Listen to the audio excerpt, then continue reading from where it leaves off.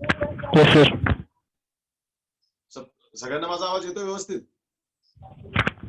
Yes sir. Sir okay okay, thank you. Actually Pooja मॅडमचं lecture आता planned होतं आणि त्या केमिस्ट्री कंटिन्यू करत होत्या, परंतु सडनली त्यांचा नेटवर्क इश्यू झाला आणि म्हणून मला लेक्चर घ्यावं लागतंय.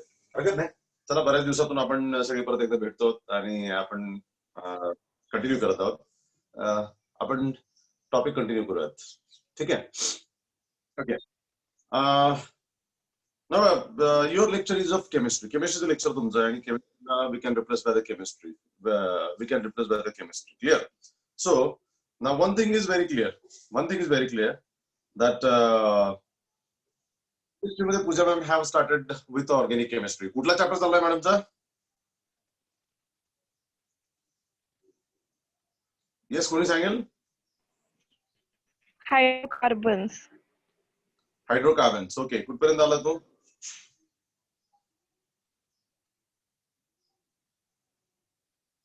हा, कुठपर्यंत आलाय? कोणी सांगेल? आयसोमेरिझम. Very good. अजून? आयसोमेरिझम मधले स्ट्रक्चर आयसोमेरिझमचे टाइप्स शिकवत होते मॅम, त्यातलं मेटामेरिझम पर्यंत आलाय. मेटामेरिझम पर्यंत आलाय. Very good, very good. तो पहिला चॅप्टर चालला ना मॅडमचा? मॅडमचा तो चॅप्टर चाललाय का? फर्स्ट चॅप्टर मॅडमने का दुसरा कुठला चॅप्टर संपवलाय त्याच्या अगोदर?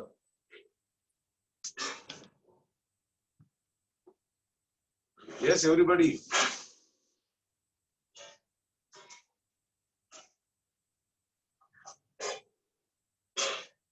ओके, ठीक आहे. असो,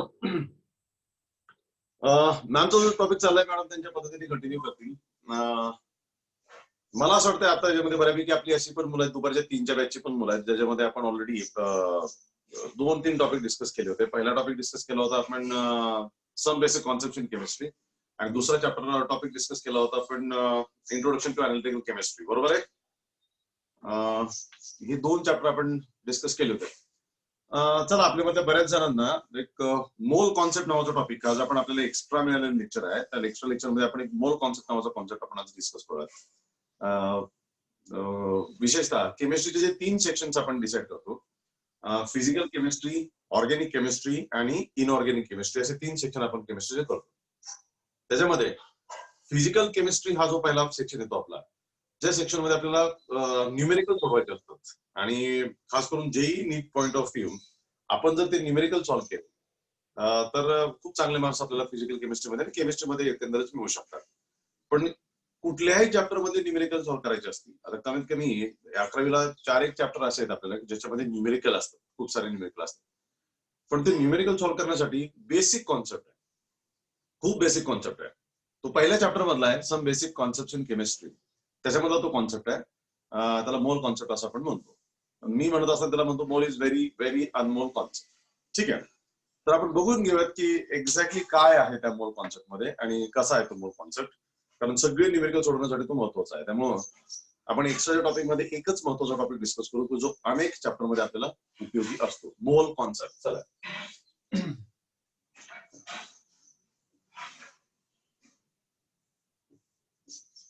आपल्यापैकी जेई मुलं जेई नीटची प्रिपरेशन करणार आहेत त्यांच्यासाठी हा फारच महत्वाचा आहे, कारण हा कॉन्सेप्ट अनेक न्यूमेरिकल मध्ये महत्वाचा आहे आणि ह्याच्यावरती काही 2 तरी एमसीक्यूज ह्याच्यावरती विचारले जाऊ शकतात, विचारले जातात, अशा प्रकारचा तो मोल कॉन्सेप्ट आहे. ठीक आहे, पहिल्या चॅप्टरचं नाव आपल्या some basic concept in chemistry. चॅप्टरचं नाव जसं आहे तसंच आहे, some basic concept in chemistry. या चॅप्टरमध्ये वेगवेगळे कॉन्सेप्ट आहेत, बेसिक्स आहेत आणि तेच आपल्याला या ठिकाणी डिस्कस करायचे. तर त्यापैकी हा अत्यंत महत्वाचा कॉन्सेप्ट सम मोल कॉन्सेप्ट. मी असं म्हणतो mole is very Anmol concept. ठीक आहे, आता काय आहे नक्की हा मोल कॉन्सेप्ट काय आहे ते आपण चेक करूया. What is this mole concept? आपण पाहतो की आपण दुकानामध्ये जातो, नॉर्मली डेली रुटीन लाईफ मध्ये आपण दुकानामध्ये जातो. आता जात नाही, कोरोनामुळे आपण जरा काळजी घेतो, पण तरी आपल्याला जावं तर लागतं. आपण दुकानामध्ये जातो, आपण साखर आणतो, तेल आणतो, शेंगदाणे आणतो, अनेक वस्तू आपण आणतो. ह्या सगळ्या वस्तू आणताना आपण काहीतरी युनिट वापरतो, काहीतरी युनिट असतं है ना. आपण दुकानात जाऊन म्हणतो चला आम्हाला 1 किलो साखर द्या, 2 लिटर शेंगदाणे द्या, बरोबर आहे, 2 किलो दूध द्या, असे युनिट आपण वापरतो, बरोबर आहे ना? नाही, असे नाही वापरत आपण, नाही की नाही? आपण म्हणतो 2 किलो साखर द्या, 2 लिटर दूध द्या, हा ना, 2 किलोग्रॅम शेंगदाणे द्या, अशा प्रकारचे युनिट्स वापरतो. प्रत्येकाचं आपापलं एक युनिट असतं. साखरेला आपण लिटर म्हणत नाही, साखरेला आपण किलो असं म्हणतो. साखर आणायला गेलो तर, आहे की नाही? किंवा आपण समजा दुकानामध्ये आपण अंडी आणायला गेलो तर आपण एक डझन अंडी द्या, अशा प्रकारे आपण म्हणतो. हे युनिट्स आपण वापरतो. तर 1 किलो, एक हा एक डिजिट आहे आणि किलो हे एक युनिट आहे. तसं हे मोल हे पण एक युनिट आहे. हा जो मोल कॉन्सेप्ट आहे, मोल एक युनिट आहे to measure the amount of substance. So mole is a unit. Mole is unit to measure the amount of substance. To measure the amount of substance. हा, बोर्डवर ओळखू येईना. ओके ओके, ठीक आहे. थोडं मोठं हँडराईट करतो. ओके, अजून माझं हँडराईट थोडंसं वाईटच आहे. मी तुमच्यासाठी छान चांगलं काढायचा प्रयत्न करतो, पण खरोखर थोडंसं वाईटच आहे माझं हँडराईट. तो समजून घ्यायचा थोडासा प्रयत्न करा. ओके, मोल आता दिसतंय. Mole is unit to measure the amount of substance. Amount of substance. Okay,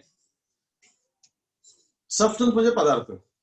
some basic concept मध्ये पाहिलं आपण, देर आर 7 फंडामेंटल युनिट्स.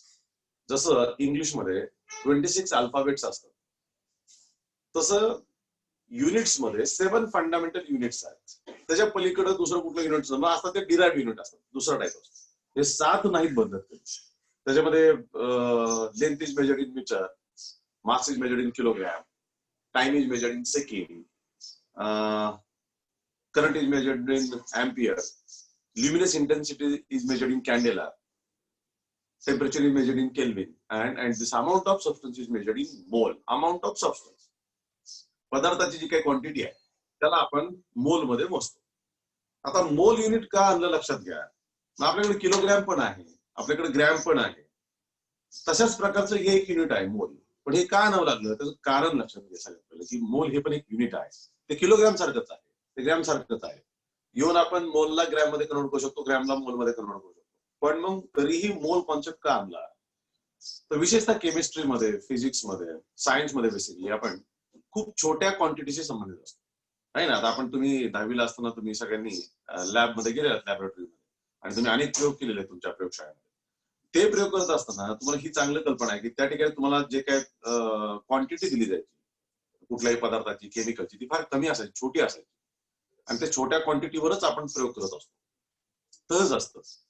त्याच्यामुळं फार छोटी क्वांटिटी असते, फार छोटी अमाऊंट असते, ज्या अमाऊंट मध्ये आपण एक्सपेरिमेंट करत असतो. लॅबोरेटरीमध्ये मिलीग्रॅम मध्ये, ग्रॅमचे पण लहान, मिलीग्रॅम, मायक्रोग्रॅम, अशा छोट्या क्वांटिटीमध्ये आपण एक्सपेरिमेंट करत असतो. आणि म्हणून एवढ्या छोट्या क्वांटिटीला किलो वगैरे फार मोठे युनिट्स होतात. आणि मग ते छोटे युनिट असायचे असतील विशेषतः सायन्समध्ये, तर त्यासाठी ही मोल कॉन्सेप्ट नावाची गरजेची होती. कारण रिॲक्शन जे होते कुठल्याही 2 पदार्थांमध्ये, कुठल्याही 2 केमिकल्स मध्ये, ती रिॲक्शन्स ही ऍटॉमिक लेवलला होते, मॉलिक्युलर लेवलला होते. आणि एका ग्रॅम मध्ये, एका मायक्रोग्रॅम मध्ये लाखो ऍटम असू शकतात, लाखो मॉलिक्युल असू शकतात. म्हणजे रिॲक्शन तर ऍटॉमिक आणि मॉलिक्युलर लेवल होते. म्हणजे आपण जस्ट 2 ग्रॅम क्वांटिटीची रिॲक्शन करतो त्यावेळेस लाखो मॉलिक्युलची रिॲक्शन त्याच्यामध्ये चालू असते. आणि म्हणून त्याला ग्रॅम किलोग्रॅम मध्ये एक्सप्रेस करणं बरोबर नव्हे, योग्य नव्हे. आणि म्हणून मोल नावाचा कॉन्सेप्ट आपण केमिस्ट्रीमध्ये आणला. आपण म्हणजे सायंटिस्ट आहे ना, आपण अभ्यास करतो, आपल्याला समजून घ्यायचा आहे. ॲव्होगॅड्रो आणि टीम ह्या सायंटिस्ट त्यामध्ये फार मोठा वाटा होता. आणि म्हणून कुठल्याही पदार्थाची अमाऊंट मोजण्यासाठी जे काही युनिट आपण वापरतो त्याला एकक असं म्हणतात मराठीमध्ये. That unit is nothing but the mole. So mole concept. Mole is the unit use to measure the amount of quantity, amount of substance, amount of substance measure करण्यासाठी मोल नावाचं युनिट आणलं. हे सगळ्यात पहिलं फंडामेंटल युनिट आहे मोल. ठीक आहे. आता आपण बघूयात की मोल कॉन्सेप्ट काय आहे. मोल कॉन्सेप्ट काय आहे, तर एक गोष्ट लक्षात ठेवायची. ॲव्होगॅड्रो नावाचा एक सायंटिस्ट ज्यावेळेस काम करत होता त्यावेळेस त्यांनी काही गोष्टींचा प्रयत्न केला, मोजण्याचा प्रयत्न केला. केमिस्ट्रीमध्ये सगळ्यात पहिला स्टँडर्ड हायड्रोजन आहे. केमिस्ट्रीमध्ये सगळ्यात पहिला स्टँडर्ड हायड्रोजन आहे. काहीतरी स्टँडर्ड असावं लागतं ना. तर केमिस्ट्रीमध्ये सगळ्यात पहिला स्टँडर्ड हायड्रोजन एक स्टँडर्ड मानला जातो. हायड्रोजनला स्टँडर्ड म्हणून बाकी सगळे एलिमेंट्स मूलद्रव्य त्याच्याबरोबर कम्पेअर केले जातात. पण मग हायड्रोजनचा काही प्रॉब्लेम झाला. हायड्रोजन सगळ्याच ठिकाणी स्टँडर्ड म्हणून वापरता येत नव्हता. म्हणून हायड्रोजनच्या ऐवजी परत ऑक्सिजन आणला गेला. पण सगळ्याच ठिकाणी ऑक्सिजन पण वापरता येत नव्हता. मग त्या ठिकाणी क्लोरीन आणला गेला. क्लोरीन पण सगळ्या ठिकाणी वापरता येत नव्हता आणि म्हणून ह्या सगळ्यांना बाजूला सारून केमिस्ट्रीमध्ये कार्बन 12 आणला. कार्बन आणि कार्बन 12 हे त्याचं संयुग आहे, त्याला आयसोटोप्स म्हणतात. तो कार्बन 12 कार्बनचे आयसोटोप म्हणजे आपल्याला माहिती आहे त्याचा ऍटॉमिक नंबर आणि मास नंबर याच्यामध्ये फरक असतो. ऍटॉमिक सारखाच असतो, मास नंबर वेगळा असतो. तर कार्बन 12 हे कार्बनचं ॲलोट्रॉप आहे, कार्बनचा एक आयसोटोप आहे. आयसोटोप हा वर्ड जास्त परफेक्ट आहे. ॲलोट्रॉप्स वगैरे वेगळा शब्द आहे, कारण ॲलोट्रॉप्स मध्ये आपण डायमंड, ग्राफाइट, फ्लोरिन हे शब्द वापरतो. ठीक आहे. तर कार्बन 12 हे आयसोटोप आहे कार्बनचं, म्हणजे कार्बनचा ॲटॉमिक नंबर 6 असणार आहे, पण मास नंबर 12, 13, 14 हे 3 मिळतात. 12, 13 आणि 14. पण कार्बन 12 जो आहे तो निसर्गामध्ये, नेचरमध्ये 98% पेक्षा जास्त सापडतो. निसर्गामध्ये जेवढा कार्बन सापडतो त्यापैकी 98% पर्यंत कार्बन 12 सापडतो आणि उरलेले कार्बन 13 आणि कार्बन 14 हे 2% पेक्षा कमी सापडतात निसर्गामध्ये नॅचरली. म्हणून ह्याचं प्रमाण जास्त आहे आणि मग हा स्टँडर्ड म्हणून आणला गेला. कार्बन फार ठिकाणी असतो, त्यामुळे मग केमिस्ट्रीमध्ये कार्बन 12 स्टँडर्ड मानला गेला. ठीक आहे. आता बघा, हा जो कार्बन 12 आहे, ह्या कार्बन 12 हा 12 त्याचा मास नंबर आहे. 12 त्याचा मास नंबर आहे. आपण मी तुम्हाला सांगितलं होतं मागच्या वेळेला की एक्स, झेड, ए आणि एन असं असतं. केमिस्ट्रीमध्ये कुठलंही न्यूक्लियस किंवा कुठलंही एलिमेंट असं दाखवलं जातं, त्याला न्यूक्लाइड असं म्हणतो आपण. एक्स म्हणजे सिम्बॉल ऑफ एलिमेंट्स, कुठलंही मूलद्रव्य आहे त्याचा सिम्बॉल या ठिकाणी असतो. झेड म्हणजे त्याचा ॲटॉमिक नंबर असतो. ए म्हणजे त्याचा मास नंबर असतो आणि एन म्हणजे तो न्यूट्रॉन नंबर असतो. आता लक्षात घ्या, एलिमेंट, कुठलंही एलिमेंट केमिस्ट्रीमध्ये या पद्धतीने दाखवलं जातं. ह्याचा अर्थ असा असतो या ठिकाणी ते एलिमेंटचं सिम्बॉल आहे. मग कार्बन असेल तर सी, हायड्रोजन असेल तर एच, क्लोरीन असेल तर सीएल, ऑक्सिजन असेल तर ओ, सिम्बॉल ऑफ एलिमेंट. या ठिकाणी त्याचा ॲटॉमिक नंबर प्रत्येक एलिमेंटची फार खास प्रॉपर्टी आहे, ती पण आपण पाहू ॲटॉमिक स्ट्रक्चरमध्ये. नंतर हा ए म्हणजे मास नंबर असतो, त्या मूलद्रव्याचा मास नंबर असतो. या तिन्ही प्रॉपर्टी त्या ऍटमशी संबंधित, प्रत्येक ऍटमची आपली खासियत असते, त्याच्याशी संबंधित असतात त्या प्रॉपर्टीज. त्यामुळे झेड हा त्या मूलद्रव्याचा ॲटॉमिक नंबर दाखवतो, ए हा त्या मूलद्रव्याचा ॲटॉमिक मास नंबर दाखवतो आणि एन हा त्याचा न्यूट्रॉन नंबर दाखवतो. तर आपल्याला माहिती आहे कुठल्या पण ऍटम्स मध्ये प्रोटॉन, न्यूट्रॉन्स, इलेक्ट्रॉन्स प्रेझेंट असतात आणि त्या सगळ्यांना दाखवणारे हे वेगळे आहेत असं दाखवलं जातं एलिमेंट. त्यामुळं कार्बन 12 म्हणजे हा मास नंबर आहे कार्बनचा, हा दाखवतो. आता हा जो काही कार्बन 12 आहे हा 12 आहे म्हणून ॲव्होगॅड्रोने काय केलं, 12 ग्रॅम क्वांटिटी घेतली कार्बन 12. हा जो कार्बन 12 आहे त्याची 12 ग्रॅम क्वांटिटी घेतली. कार्बन 12 या मूलद्रव्याची 12 ग्रॅम क्वांटिटी घेतली. आता 12 काय घेतली, तिथे 12 आहे, त्याचा 12 हा मास नंबर आहे, मग तेवढीच क्वांटिटी घेतली, म्हणजे ते सोपं गेलं त्या अंतर. आणि ह्या 12 ग्रॅम क्वांटिटीमध्ये किती कार्बनचे ऍटम्स आहेत हा मोजायचा प्रयत्न ॲव्होगॅड्रोने केला. बघा, आजपर्यंत ॲव्होगॅड्रोने हे मोजलं खरं तर 150 वर्षापूर्वी. आज आपण बघतो 21st सेंचुरीमध्ये आज पण कुठल्याही सायंटिस्टनी ऍटम पाहिलेला नाही. कुठल्याही मायक्रोस्कोप खाली ऍटम दिसत नाही, कुठल्याही इलेक्ट्रॉन मायक्रोस्कोप खाली ऍटम दिसत नाही.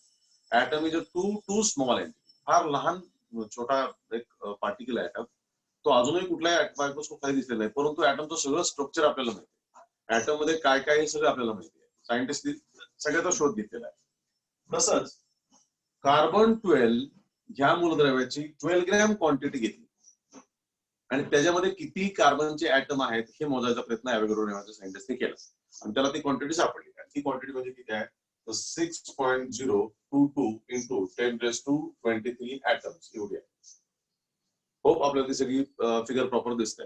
दॅट इज 6.022 into 10⁻23 atoms ही ती क्वांटिटी आहे, लक्षात घ्या.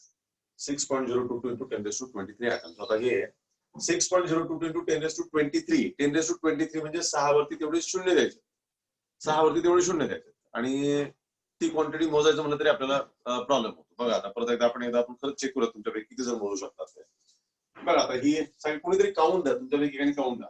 ओके, हे किती आहे, किती आहे, 6. आता ही किती क्वांटिटी आहे, 60. व्हेरी गुड, काउंट कर. हा, 600, 6,000, very good, 60,000, very good, 6 lakhs, very good, 6 million, very good, 60 million. अरे 6 trillion. Okay 6 billion, sorry. चलो ही त्याच्या पुढे आहे. हा आता 60 billion. ओके हा और 60 trillion. 6 trillion. हा So after that 60 trillion. Okay हा खतम. 1 2 Infinite. 3 4 5 6 7 8 9 10 11 12 6 वरती 12 ते 13 शून्य दिले. फार तर अजून 2 शून्य आपण काउंट करू शकतो. पण 6 वरती 15 शून्य दिले की आपण काउंटिंगला थकतो बऱ्यापैकी. इथं 23 झिरो द्यायचे. 6 वरती 23 झिरो द्यायचे. एवढे ऍटम 12 ग्रॅम क्वांटिटी मध्ये असतात हे ॲव्होगॅड्रो सायंटिस्टनी मेजर केले.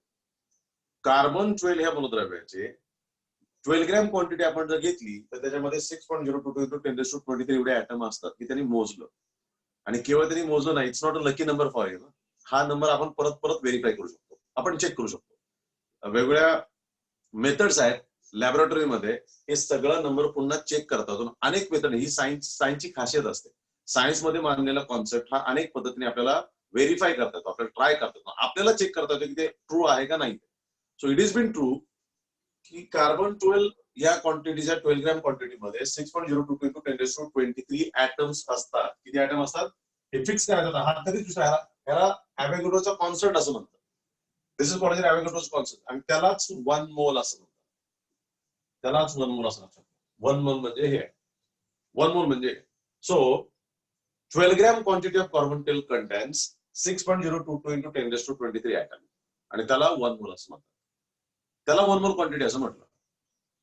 आता लक्षात घ्या 6.022 × 10⁻23 ही फिगर म्हणजेच 1 मोल, ही किंमत म्हणजेच 1 मोल. 1 मोल म्हणजेच ही किंमत.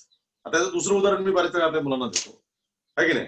आपण मार्केटमध्ये जाऊन समजा आपण मार्केटमध्ये गेलो ना, आपण जर 1 डझन अंडी घेऊन आलो तर ते किती असतात 12. आपण समजा 1 डझन ऍपल्स आणले ते किती असतात 12. आपण 1 डझन केळी आणली ती किती असतात 12, होय की नाही. सो जसं आपल्याला हे माहिती आहे की 1 डझन म्हणजे 12 हे आपल्याला लहानपणापासून माहिती आहे, आपल्या घरात असतं.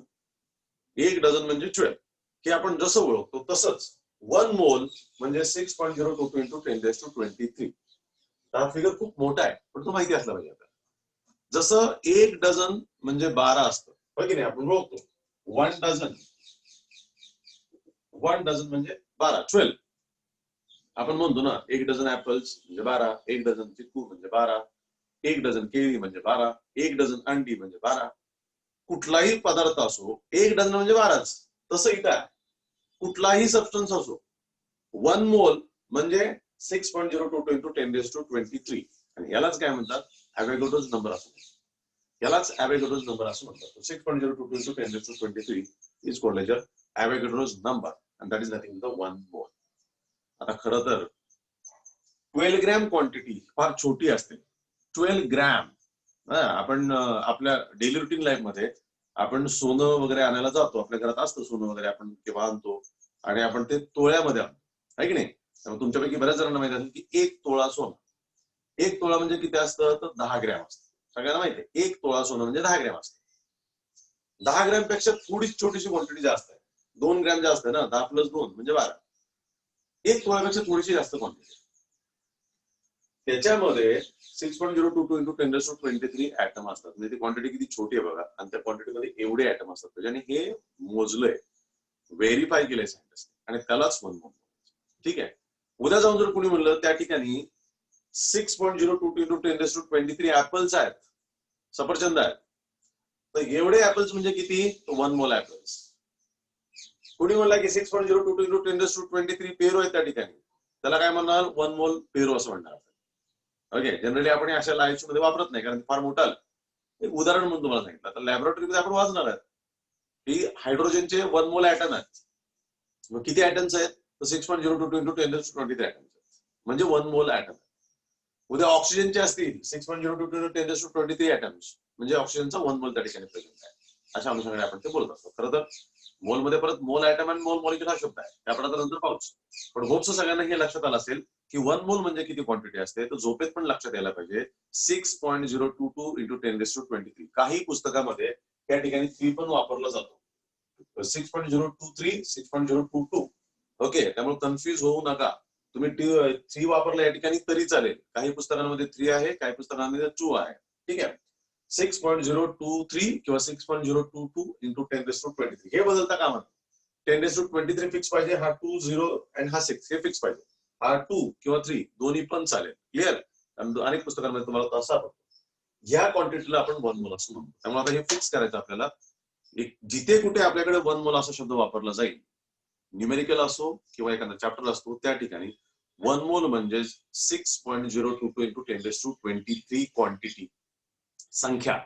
ह्या संख्येला 1 मोल असं म्हणायचं. म्हणजे कशाची पण असो, ऍटम असतील तरी त्याला 1 मोल म्हणायचं, मॉलिक्युल असतील तरी त्याला 1 मोल म्हणायचं, जो कुठला सबस्टन्स असेल त्याला आपण 1 मोल असं म्हणतो. क्लिअर? सो 1 डझन माने 12, तसं 1 मोल माने 6.022 इंटू 10⁻23, आणि यालाच ॲव्होगाड्रो कॉन्स्टंट असं पण म्हणतात. आणि तो Na ने दाखवला होता. Na किंवा N, लक्षात घ्या. Na किंवा A फॉर ॲव्होगाड्रो, N फॉर त्याचा कॉन्स्टंट आहे, ॲव्होगाड्रोच कॉन्स्टंट Na.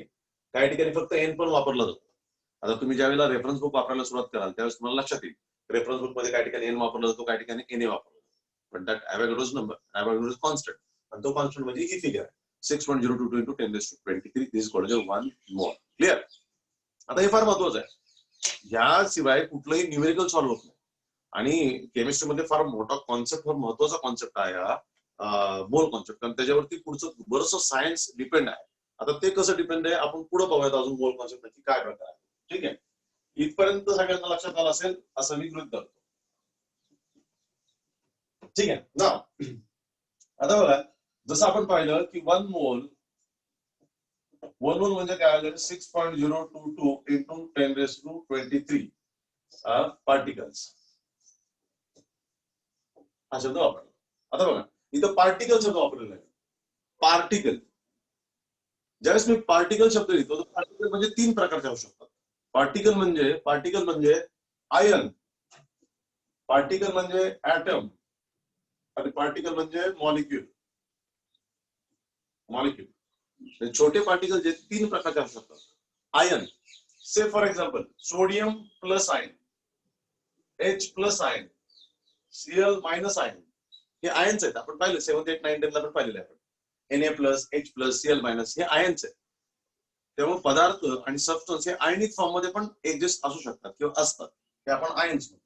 आता ऍटम जर पाहिलं आपण, सोडियमचा ऍटम Na असतो, हायड्रोजनचा ऍटम H असतो, क्लोरीनचा ऍटम Cl असतो, हे झाले ऍटम. सो आयन म्हणजे असे असतात, ऍटम म्हणजे असा असतो. आणि मॉलिक्यूल म्हणजे समजा ऑक्सिजन घेतात O2 असेल, क्लोरीन असेल तर CO2 असेल, किंवा नायट्रोजन डायऑक्साईड असेल, किंवा CH4 असेल, हे सगळे मॉलिक्युल्स आहे. हे सगळे मॉलिक्युल्स आहे. CH4 हा मिथेनचा मॉलिक्यूल आहे. बघा, या मिथेनच्या मॉलिक्यूलमध्ये ऍटम असतात, पण इथं आपण मॉलिक्युलर फॉर्म मध्ये घेतलाय.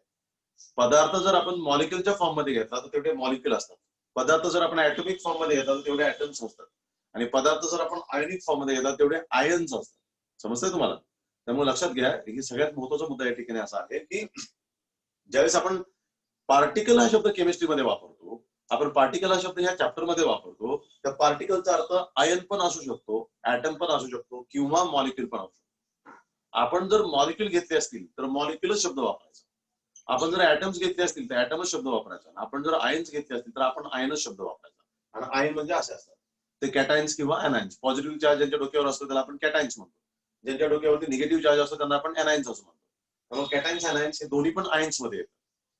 नंतर इथं नॉर्मल ऍटम्स आहेत, नंतर सोडियम असेल, हायड्रोजन असेल, क्लोरीन असेल, ऑक्सिजन असेल, कॉपर असेल, कुठला पण असेल, न्यूट्रल ऍटम, त्याच्यावर कुठलाही चार्ज नसतो. आणि ह्या ठिकाणी मात्र तुम्ही पाहता that is molecule O2, Cl2, NO2 आणि CH4 हा या ठिकाणी असतो. त्यामुळं कुठलाही पदार्थ जर मॉलिक्युलर फॉर्म मध्ये घेतला तर मॉलिक्यूल असाच लिहायचा. सी, तर ऑक्सिजनची केस घ्या, हा ऑक्सिजन इथं आणि हा ऑक्सिजन इथं असं. आता या दोघांमध्ये फरक आहे. इथं पण O लिहिलंय तर O2 लिहिलंय. O2 is a molecular form and O is a atomic form. हा ऍटॉमिक ऑक्सिजन आहे आणि हा मॉलिक्युलर ऑक्सिजन आहे. आणि त्याच ऑक्सिजनचा आयनिक फॉर्म असा असतो O2+. हे लक्षात घ्या, इट्स व्हेरी इम्पॉर्टंट. ऑक्सिजनच आहे तिन्ही ठिकाणी. इथं ऑक्सिजन हा आयनच्या फॉर्मॅटमध्ये आहे, इथं ऑक्सिजनवरती +2 फार कमी असतो, -2 जास्त कॉमन असतो. असं -2 किंवा 2- असं लिहितात. म्हणजे ऑक्सिजन +2 पण असतो, पण फार रेअर असतो. ऑक्सिजन 2- हा जास्त कॉमन असतो. तर ऑक्सिजन 2- हा आयन झाला, हा ऍटम झाला आणि हा त्याचा मॉलिक्यूल झाला. त्यामुळे ऑक्सिजन हा तिन्ही फॉर्म मध्ये एक्झिस्ट करतो नेचरमध्ये. तो मॉलिक्युलर फॉर्म मध्ये असतो, तो ऍटॉमिक फॉर्म मध्ये असतो आणि तो आयनिक फॉर्म मध्ये असतो.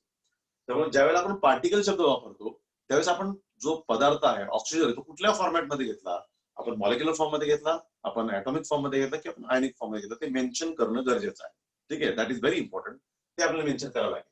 त्यामुळे हा पार्टिकल शब्द जनरली पार्टिकल शब्द वापरला जातो. त्याचा अर्थ ऍटम, आयन, मॉलिक्युल असतो. आपण जर जे घेतलंय त्यानुसारच तो आपल्याला बोलावं लागेल. होप हे सगळ्या लक्षात आलं.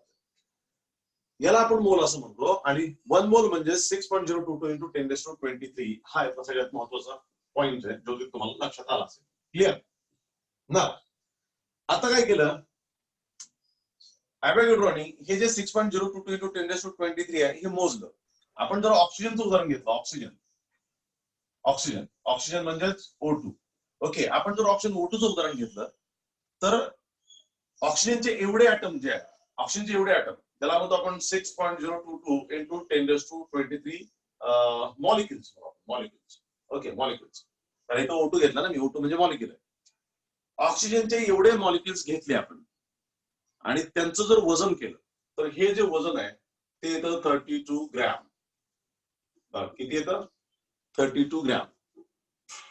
ऑक्सिजनचे जर आपण 6.022 × 10⁻23 मॉलिक्युल्स घेतले तर त्याचं वजन किती येतं? 32 ग्रॅम एवढं वजन पडतं. आता उलट केलं आपण जर ऑक्सिजनचं 32 ग्रॅम घेतलं तर त्याच्यामध्ये एवढे पार्टिकल असतात. हे दोन्ही पण एकमेकाला पूरक आहे. म्हणजे 6.022 × 10⁻23 मॉलिक्युल जर घेतले ऑक्सिजनचे मॉलिक्युल, आता मॉलिक्युल, ऍटम, आयन तुम्हाला अगोदरच क्लिअर केलं, आता कन्फ्युज व्हायचं नाही. When I am saying molecule, it has to be molecule, O2.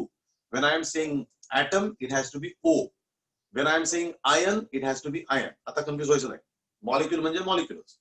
ऑक्सिजनचे जर इतके मॉलिक्युल घेतले तर त्यांचं वजन 32 ग्रॅम भरतं, 32 ग्रॅम. आणि 32 ग्रॅम ऑक्सिजन घेतात तर त्याच्यामध्ये एवढे मॉलिक्युल असतात, मोजायची गरज नाही. तुम्ही एकदम 32 ग्रॅम क्वांटिटी घेतली की त्यात एवढेच पार्टिकल असणार, ऑक्सिजनचे एवढे मॉलिक्युल असतात. आणि एवढे मॉलिक्युल घेतले की त्यांचं वजन 32 ग्रॅम असणार. हे क्लिअर झालं. आणि याच वजनाला मग मॉलिक्युलर वेट असं म्हटलं गेलं. मॉलिक्युलर वेट कोणाचं? ऑक्सिजनचं ना, कारण घेतलेला पदार्थ आपण ऑक्सिजन, तर ऑक्सिजनचं मॉलिक्युलर वेट झालं 32 ग्रॅम. त्यामुळे मॉलिक्युलर वेट नावाचा कॉन्सेप्ट कसा आला बघा लक्षात घ्या. असं झालं, ऑक्सिजनचे जर आपण 6.022 × 10⁻23 पार्टिकल घेतले तर त्या पार्टिकलचं वजन किती होतं? 32 ग्रॅम. मग या पार्टिकलचं जितकं वजन येईल त्याला त्या पदार्थाचं मॉलिक्युलर वेट असं म्हणतात. ओके नाही? या पार्टिकल इतक्या मॉलिक्युलचं वजन जितकं येईल त्याला त्याचं मॉलिक्युलर वेट असं म्हणतात. आता उलट असं पण होतं, मॉलिक्युलर वेट मध्ये एवढे ऍटम असतात, दोन्ही म्हणू शकतो आपण. बघा, या पार्टिकलचं वजन 32 ग्रॅम आहे आणि 32 ग्रॅम मध्ये एवढे पार्टिकल असतात, दोन्ही पण चालू शकतं. कोणी म्हणेल नाही या पदार्थाचं वजन 32 ग्रॅम आहे, बरोबर आहे, दॅट इज ट्रू. पण मग आता 32 ग्रॅम म्हणजे ऑक्सिजनची किती आहे? तर 6.022 × 10⁻23. ऑक्सिजनच्या 32 ग्रॅम मध्ये एवढे पार्टिकल असतात. ऍक्च्युली हे असं नाही बरं का, कोंबडी अगोदर का अंडा अगोदर, इट्स नॉट लाईक दॅट. अशा पद्धतीचं नाही. ॲव्होगॅड्रो नावाच्या सायंटिस्टनी पहिला हा मोल कॉन्सेप्ट शोधून काढला. आणि 1 मोल म्हणजे किती असतं? तर 6.022 × 10⁻23 क्वांटिटी. ह्या फिगरला, ह्या क्वांटिटीला 1 मोल असं म्हणतो. मग ही क्वांटिटी ऑक्सिजनची जर 32 ग्रॅम घेतली तरच त्यात एवढी प्रेझेंट असते. ऑक्सिजनचे जर आपण 31 ग्रॅम घेतले, 31 ग्रॅम किंवा 33 ग्रॅम घेतले आपण, तर त्याच्यामध्ये पार्टिकल जास्त किंवा कमी असतील, एवढे नसतील. एवढे पार्टिकल असण्यासाठी ती 32 ग्रॅमच असावी लागते, म्हणून त्याला मॉलिक्युलर वेट असं म्हणतात. म्हणजे ह्याच्यावरून मॉलिक्युलर वेट ठरलं. मग आता असं म्हणू शकतो की मॉलिक्युलर वेट मध्ये एवढे पार्टिकल असतात असं आपण म्हणू शकतो. समजतंय तुम्हाला? ठरताना कशावरून ठरलं? ह्याच्यावरून. ऑक्सिजनचे एवढे मॉलिक्युल घेतले आणि त्याचं वजन केलं गेलं, ते 32 ग्रॅम आलं. आणि म्हणून मग आता आपण असं म्हणू शकतो 32 ग्रॅम ऑक्सिजन मध्ये एवढे पार्टिकल प्रेझेंट असतात. ओके, आता हे फक्त ऑक्सिजन पुरतं आपण घेतलं उदाहरण. ऑक्सिजनचे पार्टिकल्स, त्यांचं मॉलिक्युलर वेट आणि मॉलिक्युलर वेट मध्ये प्रेझेंट असणारे पार्टिकल आपण टेक्निकली पाहिलं. हेच उदाहरण आपण सगळ्यांना अप्लाय करू शकतो. हेच उदाहरण आपण क्लोरीनला अप्लाय करू शकतो. हेच उदाहरण आपण हायड्रोजनला अप्लाय करू शकतो. ठीक आहे, आता आपण हायड्रोजनचा एक्झाम्पल घेऊ. समजा आपण हायड्रोजन घेतो. ओके, हायड्रोजन हायड्रोजन असतो H2 फॉर्मॅटमध्ये H2 फॉर्मॅटमध्ये असतो हायड्रोजन H2. आता हायड्रोजनचं पण जर पार्टिकल घेतले 6.022 इंटू 10⁻23 तर या पार्टिकलचं वजन आता हे मॉलिक्युल्स घेतले हायड्रोजनचे मॉलिक्युल्स घेतले मॉलिक्युल्स हायड्रोजनचे एवढे मॉलिक्युल घेतले की त्याचं जे काय वजन आहे त्याला मॉलिक्युलर वेट असं म्हणणार आपण मॉलिक्युलर वेट असं म्हणणार. मग हायड्रोजनच्या ह्या पार्टिकलचं वजन जे येतं ते येतं 2 ग्रॅम 2 ग्रॅम लक्षात घ्या. हायड्रोजनचे जर आपण 6.022 इंटू 10⁻23 मॉलिक्युल्स घेतले बघा 6.022 इंटू 10⁻23 मॉलिक्युल्स घेतले तर ही क्वांटिटी म्हणजे आपली 1 मोल आहे. त्यामुळे हायड्रोजनचे 1 मॉलिक्युल घेतले तर त्यांचं वजन 2 ग्रॅम येतं. हायड्रोजनचे हे मॉलिक्युल घेतले तर त्यांचं वजन येतं 2 ग्रॅम आणि ऑक्सिजनचे जर तेवढे मॉलिक्युल घेतले तर त्यांचं वजन येतं 32 ग्रॅम. म्हणजे हे लक्षात घ्या हायड्रोजनची पण ही क्वांटिटी सेम आहे आणि ऑक्सिजनची पण ही क्वांटिटी सेम आहे पण वजन वेगळं आहे ना वजन वेगळं आहे. फॉर एक्झाम्पल आपण असं केलं 1 डझन अंडी आणली 1 डझन पेरू आणले आणि 1 डझन आपण समजा सफरचंद आणले. ओके बघा आता सगळे 1 डझनच आहेत. अंडी पण 1 डझन आहेत पेरू पण 1 डझन आहेत आणि सफरचंद पण 1 डझन आहे. काय तिघांचं वेट सारखं असू शकतं का? असेल. Do you feel that 3 will be having the same weight? 1 dozen अंड्याचं वजन तयार केलं का मोजलं आपण 1 डझन पेरूचं पण वजन मोजलं आपण आणि 1 डझन ऍपलचं पण वजन मोजलं. सारखं असेल काय? नाही. ऍपलची साईज मोठी असते जनरली त्याचं वजन जास्त असेल किंवा पेरू पण वेगवेगळ्या साईजचे असतात. छोटे मोठे सगळ्या साईजचे पेरू असतात त्यांचं वजन वेगळं असेल आणि अंड्याचं वजन वेगळं असेल. त्यामुळं तिघांची क्वांटिटी 1 मोलच होती. अंडी पण 12 सॉरी तिघांची क्वांटिटी डझन होती. अंडी पण 12 होती पेरू पण 12 होते आणि ऍपल पण 12 होते. त्यामुळे त्यांची संख्या सेम होती पण वजन वेगळं असू शकतं. तसंच आहे 1 मोल म्हणजे किती 6.022 इंटू 10⁻20 1 मोल म्हणजे किती 6.022 इंटू 10⁻20 हा हायड्रोजनचा आहे हा ऑक्सिजनचा आहे. दोघांचा 1 मोल सारखाच आहे 6.022 इंटू 10⁻23 पण दोघांच्या ऍटम मध्ये फरक असतो. हायड्रोजनच्या ऍटमचा साईज वेगळा असतो ऑक्सिजनच्या ऍटमचा साईज वेगळा असतो आणि त्याच्यामुळं किंवा ह्याच्या मॉलिक्युलचा साईज वेगळा असतो ह्याच्या पण मॉलिक्युलचा साईज वेगळा असतो आणि तो जो वेगळा असेल तो वजन डिफरंट येणार आहे.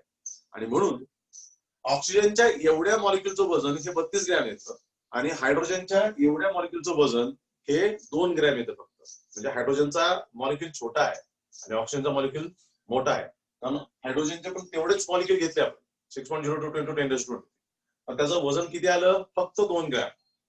म्हणजे पार्टिकल तेवढंच आहे वजन 2 ग्रॅम आलं म्हणजे निश्चित त्यांचा मॉलिक्युल छोटा असला पाहिजे आणि इथं पार्टिकल तेवढंच वजन मात्र 32 ग्रॅम आहे. म्हणजे हा मोठा असला पाहिजे हा मॉलिक्युल मोठा असला पाहिजे. ऑक्सिजन असतोच हायड्रोजन हा छोटा ऍटम आहे हायड्रोजनचा मॉलिक्युल बी छोटा आहे. ऑक्सिजन हा मोठा ऍटम आहे त्याचा मॉलिक्युल पण मोठा आहे. लक्षात आलं तुमच्या. परंतु आपल्याला त्याशी काही देणे घेणंच नाही. आपल्याला जे देणे घेणं आहे मेनली ते ह्या गोष्टीची आहे की ह्या फिगरला ही जी संख्या आहे ह्या संख्येला 1 मोल असं म्हणतो.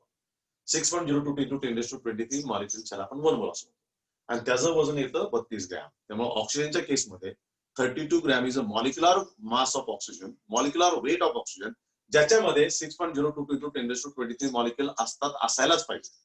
कारण त्या मॉलिक्युलचं वजनच 32 ग्रॅम येतं. 32 ग्रॅम मध्ये तेवढे पार्टिकल असतात असं नव्हेच. बेसिकली असंच आहे या पार्टिकलचं वजन 32 ग्रॅम असतं आणि म्हणून आपण आता नंतर असं म्हणू शकतो की याचं वजन तेवढं आहे 32 ग्रॅम मध्ये इतके पार्टिकल्स आहेत. समजते सगळ्यांना. त्यामुळं वेगवेगळे पदार्थ आपण घेऊ शकतो. आपण हायड्रोजन घेऊ शकतो oxygen nitrogen chlorine even methane gas. तुम्हाला पूजा मॅडम शिकवतायत अल्केन मधला मिथेन इथेन प्रोपेन कुठलाही तुम्ही सबस्टन्स घ्या काही प्रॉब्लेम नाही. तुम्ही इथेन जरी घेतला तुम्ही मिथेन जरी घेतला तर मिथेनचं मॉलिक्युलर वेट कॅल्क्युलेट करायचं. मिथेनचं मॉलिक्युलर वेट कॅल्क्युलेट करायचं. मिथेनचं मॉलिक्युलर वेट किती असणार? मिथेन बघा मिथेन म्हणजे काय असतं तुमचा CH4 त्याच्यामध्ये कार्बन त्याचं असतं 12 हायड्रोजन त्याचं असतं 1 ऍटॉमिक वेट आणि 4 हायड्रोजन म्हणजे 4 झालं कुल मिला किती झालं 16. त्यामुळं मिथेनचं मॉलिक्युलर वेट हे 16 ग्रॅम झालं. मिथेनचं मॉलिक्युलर वेट किती झालं 16 ग्रॅम. मग आता हे 16 ग्रॅम त्याच्यामध्ये किती मॉलिक्युल असायला पाहिजेत? 16 ग्रॅम मध्ये एवढेच मॉलिक्युल असायला पाहिजे 6.022 इंटू 10⁻23 मॉलिक्युल्स एवढे मॉलिक्युल असतात. त्यालाच आपण त्याचं मॉलिक्युलर वेट असं म्हणतो. त्यामुळे हे मॅटर करतं लक्षात घ्या. मॉलिक्युलर वेट या ठिकाणी मॅटर करतं. कुठल्याही पदार्थाचं मॉलिक्युलर वेट जे काय असतं त्याच्यामध्ये 6.022 × 10⁻23 मॉलिक्युल असतातच असतात. म्हणूनच त्याला आपण मॉलिक्युलर वेट असं म्हणतो. कुठल्याही पदार्थाचं कुठल्याही सबस्टन्सचं मॉलिक्युलर वेट त्या मॉलिक्युलर वेट मध्ये एवढे पार्टिकल प्रेझेंट असतात त्याला आपण 1 मोल असं म्हणतो, त्यालाच मॉलिक्युलर वेट म्हणतो. तेवढे जर ऍटम त्याच्यामध्ये नसतील तर त्याला मॉलिक्युलर वेट म्हणता येणार नाही, कारण इतक्या पार्टिकलचं वजनच मॉलिक्युलर वेट असतं. आणि म्हणून एक दुसरी डेफिनेशन असते. पहिली डेफिनेशन अशी तयार होती, 1 मोलची पहिली डेफिनेशन अशी तयार होती, it is a quantity which contains as many as it is the amount of substance or quantity of substance which contains as many as 6.022 into 10⁻23 particles. 6.022 into 10⁻23 particle is called as 1 mole. जसं आपण म्हणतो as many as 12 quantity is called as 1 dozen. 12ला जसं 1 dozen म्हणतो तसं 6.022 into 10⁻23 आपण 1 mole असतो. त्यामुळे English मध्ये डेफिनेशन अशी येते त्याची, the amount of substance which contains as many as 6.022 into 10⁻23 particle is called as 1 mole. सगळ्यात पहिली आणि बेसिक डेफिनेशन ही लक्षात ठेवायलाच पाहिजे, लर्न करायला पाहिजे. The amount of substance which contains as many as म्हणजे maximum 6.022 into 10⁻23 particles is known as 1 mole. नंतर लक्षात आलं या पार्टिकलचं वजन जे असतं ते मॉलिक्युलर वेट असतं. त्यामुळे असं म्हणू शकतो की molecular weight is the weight of 6.022 into 10⁻23 particles of that substance. त्या पदार्थाचं.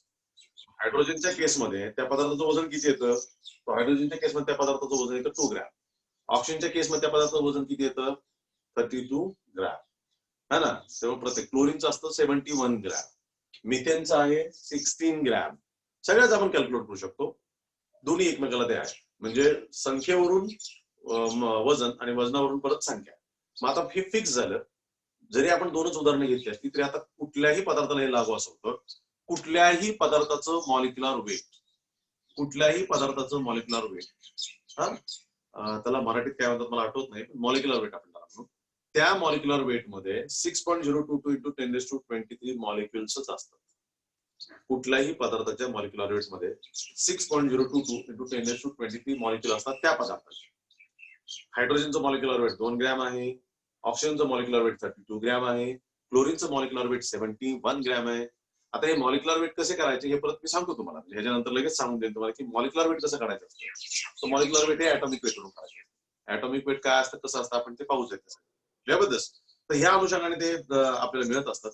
आणि हा ह्यातला सगळ्यात महत्त्वाचा मोल कॉन्सेप्ट. आता हा मोल कॉन्सेप्ट खूप ठिकाणी तुम्हाला वापरायचा, खूप न्यूमेरिकल्स मध्ये वापरायचं असं, खूप समजणं गरजेचं. जितका जास्त चांगलं समजेल तितकं तुम्हाला न्यूमेरिकल सोपे जातील. आणि म्हणून सगळ्यात पहिल्याच्या दोन्ही डेफिनेशन लर्न करून घ्या. पहिली डेफिनेशन मी सांगितली, the amount of substance which contains as many as 6.022 into 10⁻23 particle is called as 1 mole. आणि दुसरी डेफिनेशन सांगितली की molecular weight of any substance always contains 6.022 into 10⁻23 particles. कुठल्याही पदार्थाच्या मॉलिक्युलर वेट मध्ये एवढे पार्टिकल प्रेझेंट असतातच असतात. त्याला आपण मोल असं म्हणतो. हा झाला मोल कॉन्सेप्ट थेरॉटिकली आणि अंडरस्टँडिंग. आता हाच मोल कॉन्सेप्ट न्यूमेरिकल बेस्ड होतो. न्यूमेरिकल बेस्ड म्हणजे काही फॉर्म्युले आहेत आणि त्या फॉर्म्युलेनी आपण मॉलिक्युलर वेट कॅल्क्युलेट करू शकतो. मॉलिक्युलर वेट काही मास मध्ये कन्वर्ट करू शकतो, व्हॉल्यूम मध्ये कन्वर्ट करू शकतो. हे सगळं आहे कारण ते सगळे एकमेकाला रिलेटेड असे मुद्दे आहेत. तर आपण ते 2-3 फॉर्म्युले पाहूया. ठीक आहे.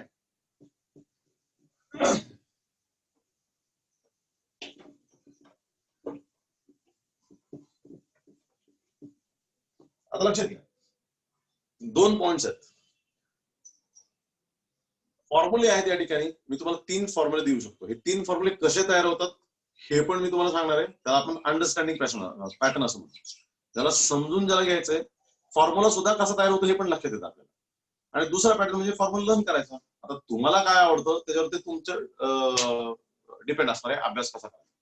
तुम्हाला जर फक्त लर्न करायला आवडत असेल, पाठ करायला आवडत असेल तर फॉर्म्युला लर्न करा, परंतु तो पॅटर्न तितकासा चांगला वाटणार नाही. फॉर्म्युला कसा तयार होतो हे जर पाहिलं तर त्याला आपण अंडरस्टँडिंग बेसिस असं म्हणतो. त्यामुळे तुम्हाला समजायला सोपं जाईल. आणि म्हणून मी तुम्हाला हे सांगेल की हा फॉर्म्युला तुम्ही समजून घ्या. 3 फॉर्म्युले मी तुम्हाला देतो. Number of moles is equal to n is number of moles. पहिला फॉर्म्युला आहे n is equal to W/m असा. आता याच्यामध्ये n म्हणजे काय तर number of moles, small n.